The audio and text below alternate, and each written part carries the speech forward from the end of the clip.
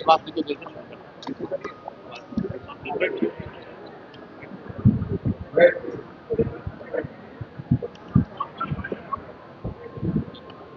सभी के सामने हम लोग के बीच में इनको इजलास में हुए थे पार्टी के सुप्रभात प्रसाद किशोर के हैं और साथ में पार्टी के प्रदेश अध्यक्ष भारती यहाँ उपस्थित के भाजपा के प्रत्याशियों को वोट मत दीजिए। अगर वोट दीजिएगा तो आपके बच्चों को गुजरात में जाकर मजदूरी करनी पड़ेगी, कोई उनको नहीं बचा पाएगा। मेरे भाई एक बार अपने बच्चों के लिए सजग हो जाओ, नहीं तो जामनगर और सूरत में आपके बच्चे मजदूर बनकर अपना जीवन बिताएंगे और ये भाजपा के नेता बिहारी का अगर आपको गाली देंगे, आपको अपमानित करेंगे। ये आपके हाथ में फैसला करना है, ताकत आपके पास है, वोट आपका है, निर्णय आपको करना है। राज है, अपहरण होता था तो लोग आरोप लगाते थे कि मुख्यमंत्री आवास से वो सौदे होते थे, तय किया जाता था कि अपहरणकर्ता से डीलिंग कैसे होगी, इसीलिए तो अपहरण इतना बड़ा उद्योग बन गया था। उसी तरह जब भारत के गृह मंत्री, भारत के शिक्षा मंत्री खुलेआम बिहार में घूमकर उम्मीदवारों को डरा रहे हैं, खरीद रहे हैं, उनसे नामांकन वापस करा रहे हैं, तो एक ही विकल्प है, बिहार की जनता को देखना है और उनको सुनिश्चित करना है कि ये गलत काम करने वालों को सजा दें, वोट की चोट पहुंचाएं, ताकि आगे कभी भी आकर बिहार में ऐसी घिनौनी हरकत कोई भी नेता और दल न कर सके। बहुत मनाई है, तो दिवाली की शुभकामना। और अगले 4-5 दिनों में बिहार का महापर्व छठ भी मनाया जाने वाला है, तो छठ की अग्रिम बधाई। आज आपको दिवाली के अगले ही दिन कष्ट इसलिए दिया है कि बिहार में हो रही एक अप्रत्याशित लोकतांत्रिक प्रक्रिया में एक अप्रत्याशित घटना जो घटित हो रही है, वो आपको आपके संज्ञान में लाना चाहते हैं। अभी तक पिछले कुछ वर्षों में हम लोगों ने इस देश में देखा है कि जो लोग नए दल, छोटे दल या कई जगहों पर तो बड़े दल भी जब चुनाव जीत कर आते हैं तो उनके विधायकों की खरीद फरोख्त होती है। आप और हम वर्षों से वो तस्वीरें देखते आए हैं कि कैसे लोग अपने विधायकों को बचाने के लिए और उनके राजनीतिक विरोधी उनको खरीदने के लिए, अपने पाले में करने के लिए उनको कोई रिजॉर्ट में बंद करता है, कोई दूसरे राज्य में ले जाता है, कोई मोबाइल छीनता है, सरकारें बनाई और बिगाड़ी जाती हैं। और पिछले कुछ वर्षों में भारतीय जनता पार्टी की एक छवि बनी है कि चुनाव कोई भी जीते, सरकार यही लोग बनाएंगे। अब बिहार में इन्होंने एक नया प्रयोग, नया अभियान शुरू किया। बिहार में 3 वर्षों तक जन सुराज को वोट कटवा पार्टी बताने वाले भारतीय जनता पार्टी ये कहने वाले कि इनकी कोई वजूद नहीं है, इनकी हालत देखिए। चुनाव की प्रक्रिया शुरू हुई है और सबसे ज्यादा अगर डर किसी को लग रहा है तो वो एनडीए के, भाजपा के लोगों को लग रहा है। और वो डर महागठबंधन के लोगों से नहीं लग रहा, क्योंकि महागठबंधन के लोगों का इस्तेमाल तो वो जनता को डराने के लिए करते हैं कि भाई हमको वोट दे दो, नहीं दोगे तो लालू जी का जंगल राज आ जाएगा। लेकिन इस बार चुनाव की लोकतांत्रिक प्रक्रिया में जनसुराज का एक नया विकल्प जनता के सामने है। और जो बात में पिछले 2 बरस से गांव-गांव जाकर मैंने बताया है कि जनसुराज का सबसे बड़ा असर ये है कि सबसे बड़ा योगदान ये है कि 30 वर्षों से चल रही बंधुआ मजदूरी, लोगों की मजबूरी, जहां लालू जी के डर से भाजपा नीतीश और भाजपा के डर से लालू जी को आपको वोट देना पड़ता है, उस राजनीतिक बंधुआ मजदूरी को खत्म करने का रास्ते का नाम है जनसुराज।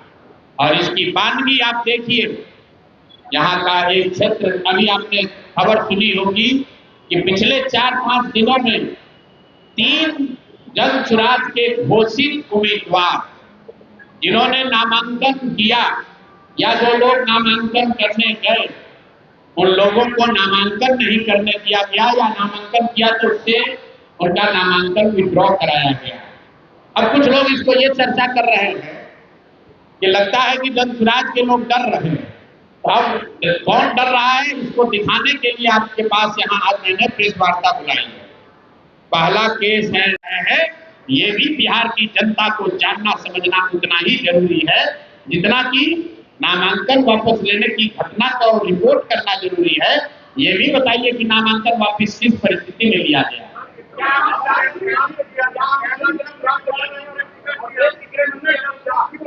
तो पूरे भाजपा वाले थर-थर एनडीए वाले कांप रहे हैं क्योंकि इनको अंदाजा ही नहीं था कि समाज के ऐसे ऐसे लोग भी इनके सामने खड़े हो जाएंगे चुनाव लड़ने, और जो लोग खड़े हो गए हैं उसमें से हर व्यक्ति पर दबाव है। ये 3 लोगों ने तो नामांकन वापस लिया। 14 से ज्यादा जनसुराज के गैर राजनीतिक पृष्ठभूमि के नेताओं पर पिछले 3 दिनों में हर तरह का दबाव बनाया गया। उनके परिवार के जरिए, उनके रिश्तेदारों के जरिए, उनके समाज के जरिए, वो जो व्यवसाय करते हैं, जो काम करते हैं, उन पर हर तरह का दबाव बनाया गया है। उसमें से 3 लोग टूटे हैं, लेकिन बाकी 11 साथियों ने ये तय किया है कि हम बिल्कुल पीछे हटने वाले नहीं हैं।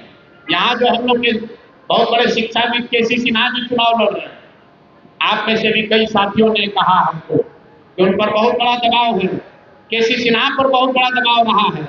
लेकिन मैं आपके सामने कैमरे पर केसी सिन्हा जी का धन्यवाद करना चाहता हूँ कि सारे दबाव के बाद भी उन्होंने पीछे हटना स्वीकार नहीं किया है। लेकिन जब युद्ध होता है तो कुछ लोगों का ईमान डगमगा जाता है, कुछ लोग जो हिम्मत करके खड़े हुए थे वो डर जाते हैं, लेकिन उससे जनसुराज नहीं डरने वाला है। जनसुराज 1.5 करोड़ लोगों का परिवार है। ये 2-4 लोगों के आगे पीछे होने से नहीं डरने वाले हैं। याद रखिए, आजादी की लड़ाई में जो साथ लड़े थे उनमें से कई बार 1-2 लोग कुटवीर हुए। आपने चंद्रशेखर आजाद की कहानी सुनी है। उनके किसी दोस्त ने जाकर बता दिया अंग्रेज को कि अभी एल्फ्रेड पार्क में चंद्रशेखर आजाद आने वाले हैं। उनको अंग्रेजों ने घेर कर मार दिया। लेकिन इतिहास आज भी चंद्रशेखर आजाद को याद करता है और उस मुखबिर के मुंह पर आज भी कालिक पुती हुई है। तो जो साथी छोड़कर जा रहे हैं वो खुद शर्मसार हैं। शशि शेखर सिन्हा, उनकी हिम्मत नहीं है कि समाज के सामने खड़े होकर बोल सके। सत्य प्रकाश तिवारी, उनकी हिम्मत नहीं है कि समाज के सामने आकर बोल सके। मुटुल सिन्हा अब अपने समाज का नेतृत्व करने का दावा नहीं कर सकते। लेकिन हमारी शिकायत उन व्यक्तिगत लोगों से नहीं है, हमारी शिकायत चुनाव आयोग से है। हमारी शिकायत भारतीय जनता पार्टी और उनके नेतृत्व से है कि मेरे भाई, अपने आप को दुनिया का सबसे बड़ा दल बताने वाले, इतना प्रसिद्धि, इतने ताकत वाला दल बताने वाले, कल के 1 साल पहले बने दल से इतना डर रहे हो कि दूसरे के विधायक खरीदते हो, इस दल के प्रत्याशियों को खरीद रहे हो, तो ये डर दिखाता है कि कितना घबराए हुए हो। जान नहीं बचने वाली है।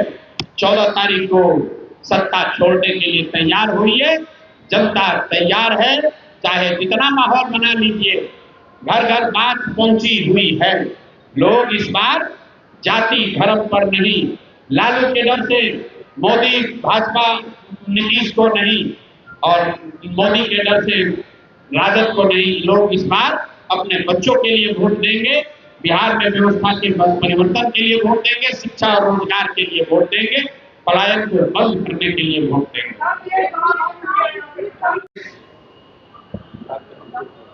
सांसदों जी 5 सांसदों जी उपस्थित है और प्रेस के साथ ही आप सबका पार्टी की तरफ से आपका स्वागत है। आप सभी जानते हैं, सभी प्रक्रिया समाप्त हो चुकी है। नामांकन की आज स्कूटी का भी अंतिम दिन का समाप्त हो चुकी है। इस सारी बिंदुओं पर अब हमारे नेता पार्टी अति पिछड़ों की राजनीति करने वाले, सामाजिक न्याय का दावा करने वाले एनडीए और नीतीश कुमार के लोग, जरा देखिए कि आरजेडी के लिस्ट में कितने अति पिछड़ों को टिकट मिला। जनसुराज ने 50 से ज्यादा, हमने 70 कहा था, मैं आपके कैमरे पर स्वीकार कर रहा हूं, 70 तो हम लोग नहीं दे पाए हैं, लेकिन 54 अति पिछड़ा समाज के लोगों को हम लोगों ने टिकट दिया है। जो बिहार के इतिहास में पहली घटना है। पहली बार किसी दल ने 54 अति पिछड़ा समाज के लोगों को टिकट दिया है। मुसलमानों को किरासन तेल की तरह अपने लालटेन में इस्तेमाल करने वाले राजद के लोग, जरा देखिए कि उन्होंने कितने मुसलमानों को टिकट दिया। आपने कोई आंकड़ा बताया, मुझे मालूम नहीं है, 9 है कि 10 है। दलसुराज ने 34 मुसलमान साथियों को टिकट दिया है। और सिर्फ यही नहीं, हमने अपना वो वादा भी निभाया है कि सीमांचल के कुछ क्षेत्रों को छोड़कर पूरे बिहार में जहां कहीं भी मुस्लिम उम्मीदवार या विधायक रहे हैं, वहां पर दलसुराज ने मुस्लिम उम्मीदवार नहीं खड़े किए हैं।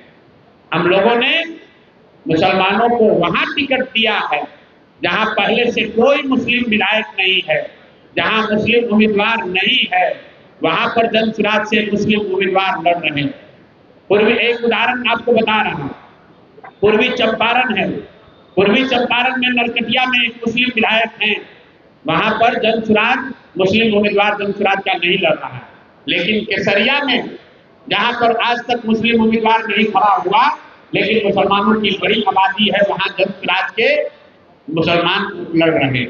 दरभंगा में हम लोगों ने 3 जगह मुसलमानों को टिकट दिया, वो तीनों सीट जाकर देख लीजिए। दरभंगा ग्रामीण, बहादुरपुर और गौरा बरान, तीनों जगह पर मुस्लिम न विधायक हैं, न मुस्लिम कोई सामने से लड़ रहा है। ये चीज हम लोगों ने सुनिश्चित की है, जो कहा है करीब करीब उसको पूरा किया। मैं ये दावा नहीं कर सकता हूं कि 100% सही है।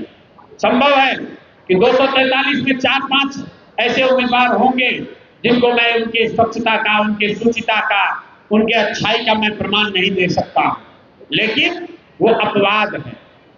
कोशिश ये की गई है कि 95% से ज्यादा लोग वो लोग हों जिनके बारे में मैंने वादा किया था। अगर मैंने कहा था कि अति पिछड़ों को, अति पिछड़ा समाज के लोगों को भागीदारी दी जाएगी, तो जो हिंदू समाज है, अति पिछड़ा आबादी टोटल करीब 37% है, लेकिन ध्यान रखिए कि 37 में मुस्लिम अति पिछड़ा भी शामिल है। हिंदू अति पिछड़ों की संख्या करीब करीब 25% है। तो 200 में 200 सीट, 40 तो रिजर्व है, 200 सीट में 25 के हिसाब से उनको 50 सीट मिलना चाहिए था। दलसुराज ने करीब करीब वो वादा पूरा किया है। 50 से ज्यादा अति पिछड़ा समाज के लोग दलसुराज से के टिकट पर चुनाव लड़ रहे हैं। ये जो बाहर से आ रहा है वो दलसुराज की सबसे बड़ी ताकत है। 50 लाख लोग दलसुराज के अपने कार्यकर्ता, अपने समर्थक, अपनी व्यवस्था छोड़ दीजिए, 50 लाख लोग जो बिहार से बाहर से आ रहे हैं, उसमें से ज्यादातर लोग दलसुराज के विचार को से प्रभावित है।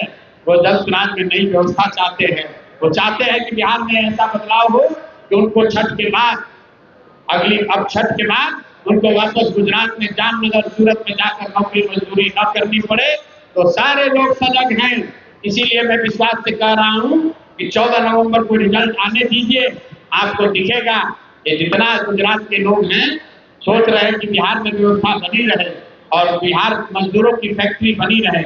गुजरात का लड़का बनेगा फैक्ट्री का मालिक और बिहार के बच्चे बनेंगे उन फैक्ट्रियों में मजदूर।